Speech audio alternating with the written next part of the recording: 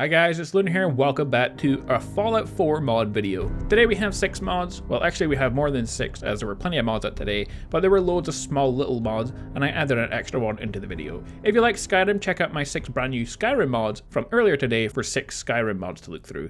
Anyway guys, I don't think we need to waste any time. We could just jump into our first mod. First up, we have Legendary Frag Grenade mod. This is an interesting mod. It adds a grenade to Arturo in Diamond City that can be purchased for just a regular amount of caps, but it actually has a cool effect. The grenades are legendary grenades, meaning they come with a legendary effect on them. The effect they have appears to be random, and the grenade will be available to purchase from Arturo just every time the shop inventory is reset, so every 48 in-game hours. So an interesting mod, and I'm not going to go through all the different legendary effects. There are plenty of lists going around, so the effect on the grenade will just be any that you can find on any kind of weapon that is legendary. So a really awesome mod.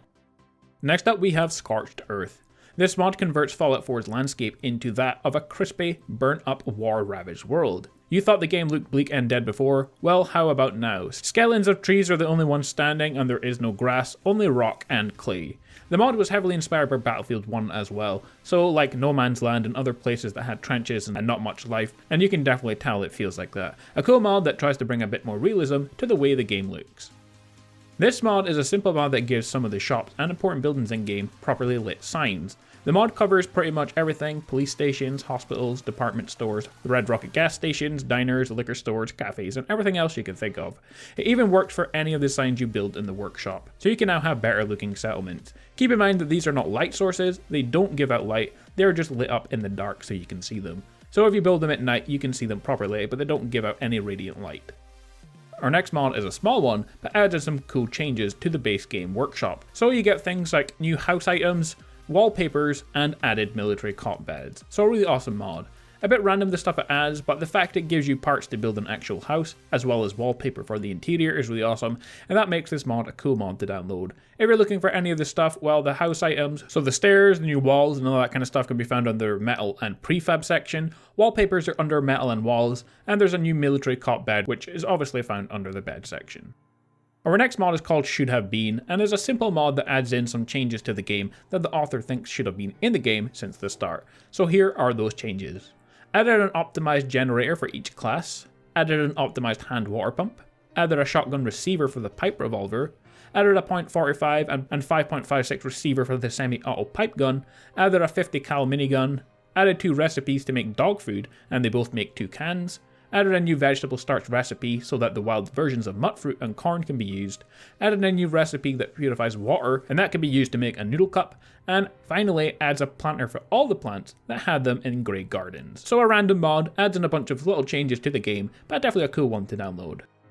Next up we have Reusable Camping. The mod lets you craft mines which then will then spawn fully functioning sleeping bags, cooking pot, dirty water pump which lets you drink radiated water, and a clean water pump which obviously allows you to drink clean water. These items can then be hit with any weapon, or you can punch them like I'm doing, and they will spawn the respective mine in its place, ready to be picked up again and used again.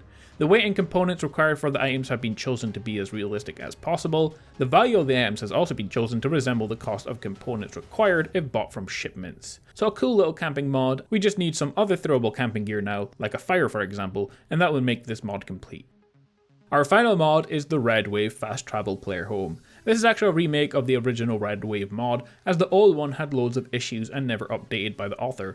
So it's been remade, and we could take a look at all the stuff it comes with. First off, when you install the mod, you can find the boat docked at Far Harbor.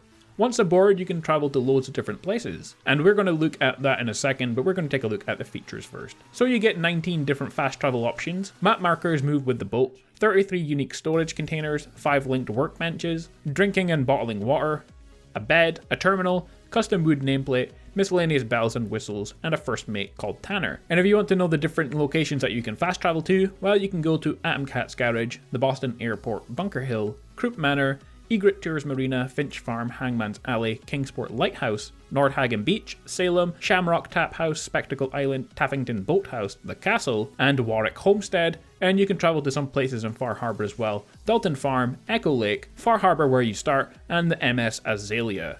So overall, a really awesome player home. It is in fact a properly functioning player home, so you can have your follower here when you fast travel. You can also safely store stuff here when you're on board. Well guys, there we have it, 6 brand new console mods for you to download if you like the look of them in the video. If you enjoyed, like, comment and subscribe for more daily Fallout 4 mods. I will be back again soon for more Fallout and Skyrim mod videos tomorrow. Until then guys, stay awesome, and I will see you all next time.